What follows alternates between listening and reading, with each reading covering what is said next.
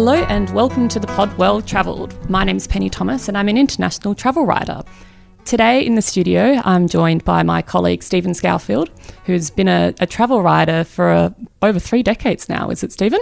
Certainly is. Yeah. Nice to be here, Penny. Yeah, nice to have you back. In today's episode, we're going to be talking about a beautiful place in the world, which is the island nation of Mauritius. It's a place I visited recently, and I'm sure it's somewhere that you've been to throughout your career. Yes, I have, and I've seen it, grow and mature into the great destination that it is today. Wonderful. Okay, so let's just start off with some fast facts about Mauritius. So firstly, the island is located off the east coast of Africa in the Indian Ocean. It's officially known as the Republic of Mauritius, and it's got a population of about 1.3 million. It's one of the most culturally diverse nations with a big African, European and Asian sort of influence there. And the most common language spoken in day-to-day life is Creole, which is sort of a mix of African, Asian and French. But you can also hear lots of people sort of speaking English and French whilst you're there. The island itself is sort of known for its crystal clear waters and beautiful beaches, but it's also got a thriving sugarcane industry. And the weather there is always pretty favourable, but the best time to visit is between May and December, which is sort of when the weather is cool, dry and sunny. So yes, that's a bit of a brief overview of Mauritius. It's beautiful. I mean, it really is a green jewel in the beautiful Indian Ocean, isn't it? Yes. Cast adrift and a great destination. There's lots of ways to get there, and it's very, very well connected with direct flights. You might tell us about that. Yeah, absolutely. I mean, when you say it's sort of adrift in the Indian Ocean, it makes it seem like it's some sort of faraway place. But for us in Perth, Western Australia, it's actually quite within our reach, and that's because Air Mauritius runs a regular direct flight between Perth and Mauritius, and the flight time to get from Perth to Mauritius is about 8 hours, and it's actually faster on the way back just because of the way the wind sort of blows. But it's not just us that have a good relationship with Mauritius. There's other countries and places that sort of fly there direct, like Paris, London, Johannesburg, Kuala Lumpur, Dubai, Delhi and Mumbai, that all fly direct as well. So that's all right. And of course, Air France has been the big driver with the French history in Mauritius, the connection to Mauritius, flying direct to Paris. Emirates flies in there. So massive connection, as you say, to the world. Absolutely. Now, give us some likes and dislikes. Okay, so I was having a think about this before, and the natural beauty of Mauritius is really hard to go past. It really is one of those picturesque, stunning places that looks like it's been plucked straight from a sort of travel brochure. And the people there are also really beautiful and friendly and kind.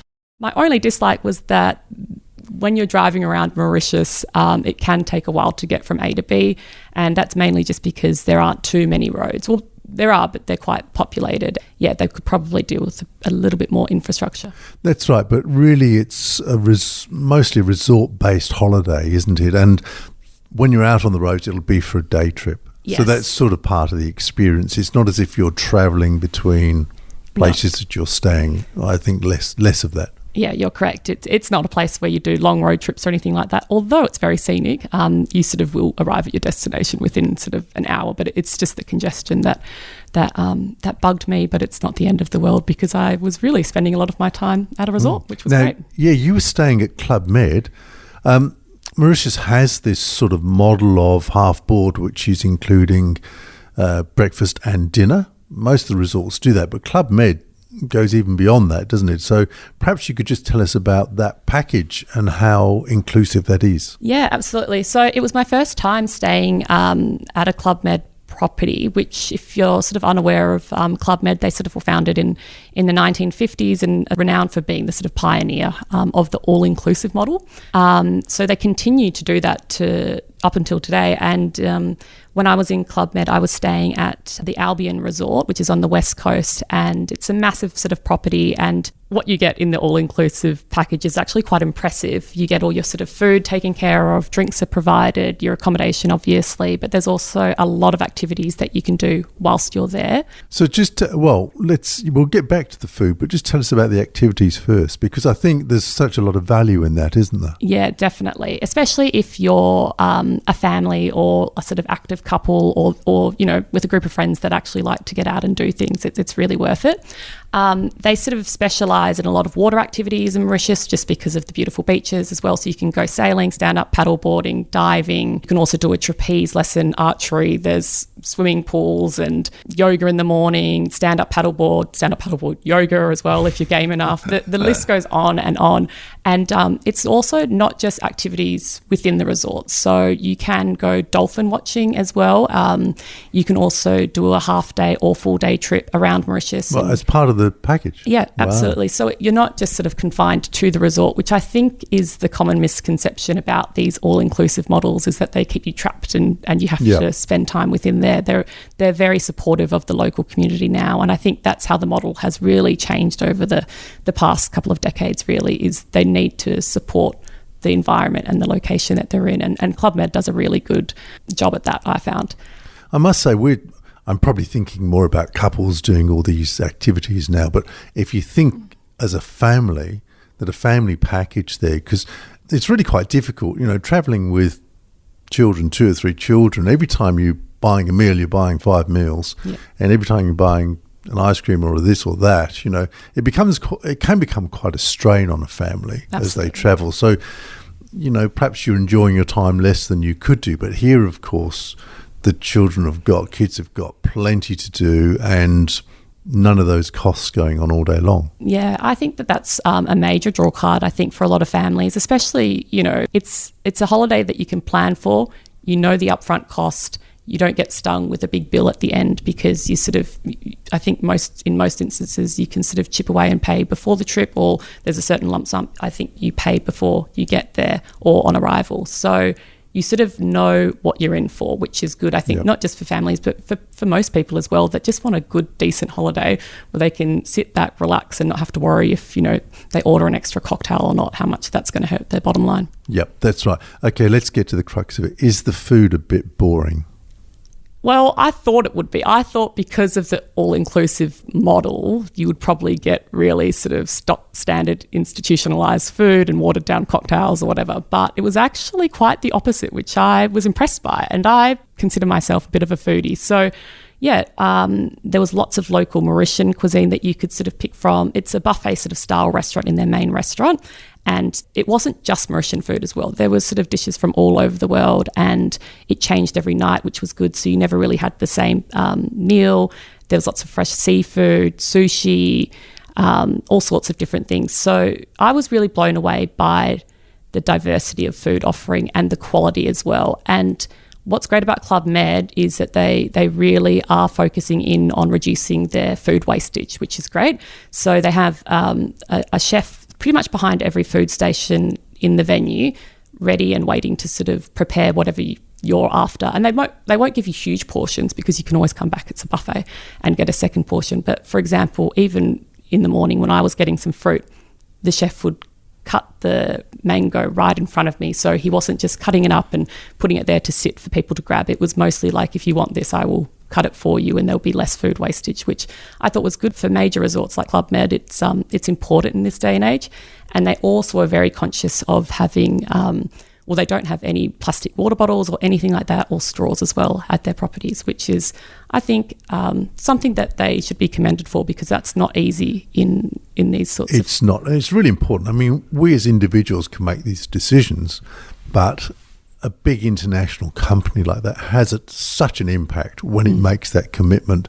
As you say, it's not easy to do when you're catering to lots and lots of guests who have, their own demands and expectations.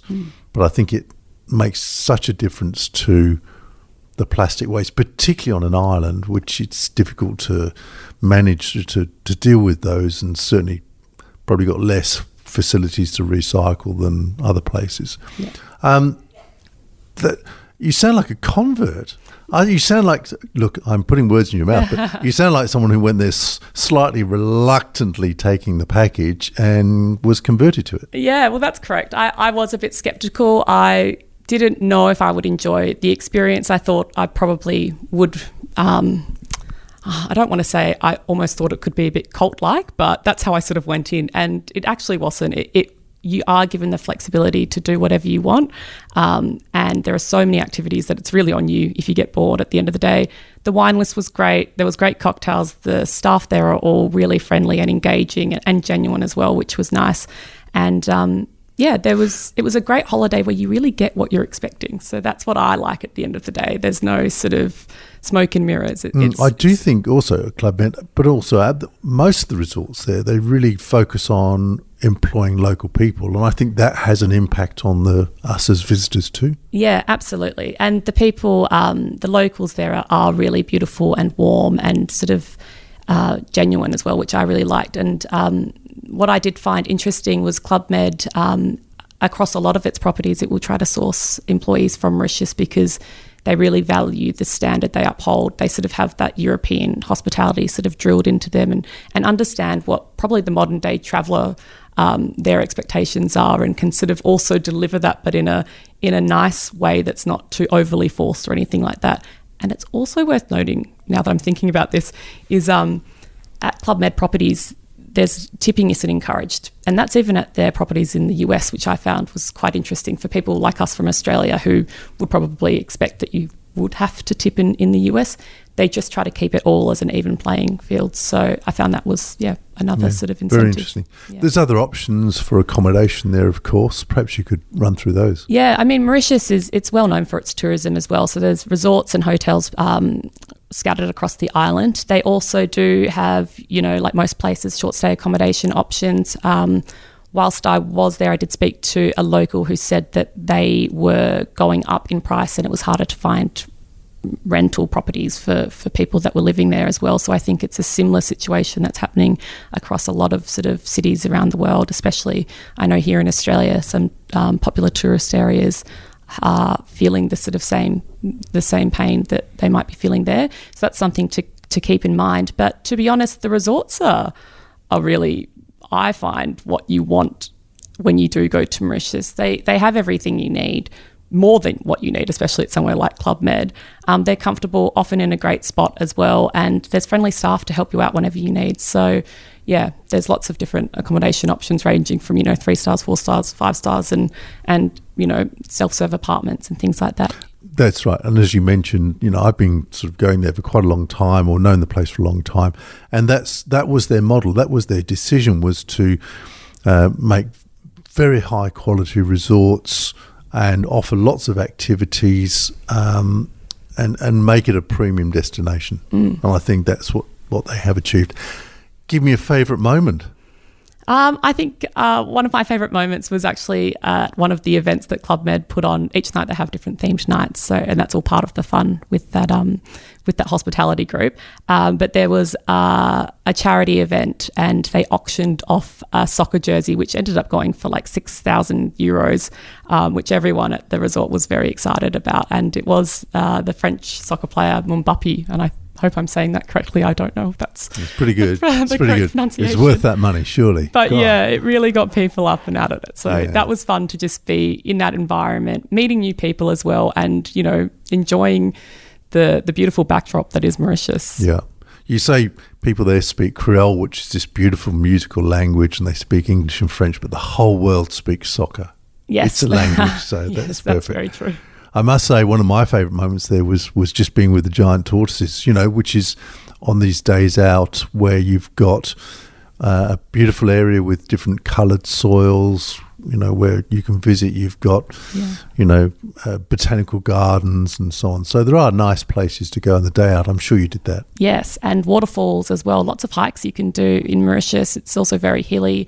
And there's lots of different cultural sort of experiences you can do. We ended up doing a small sort of tour where there are all these sort of sculptures down on the west coast of the island, and it's to do with the sort of the country's sort of history and slavery and all sorts. And it was a really moving sort of journey through these sculptures. And as the tour guide who then explains what sort of happened there with the big cliff behind it, it's a fascinating place to be. Got a moving history. I mean, it was a remote island which Europeans found, and as you say, the sugar industry comes from that. Yes. But it's always had those influences. And for me, you can wander down to the beach in the evening amongst the she oaks and hear the Sega music being played and people speaking Creole and cooking barbecues, and you feel that Mauritius has its own flavour, which is influenced by Africa and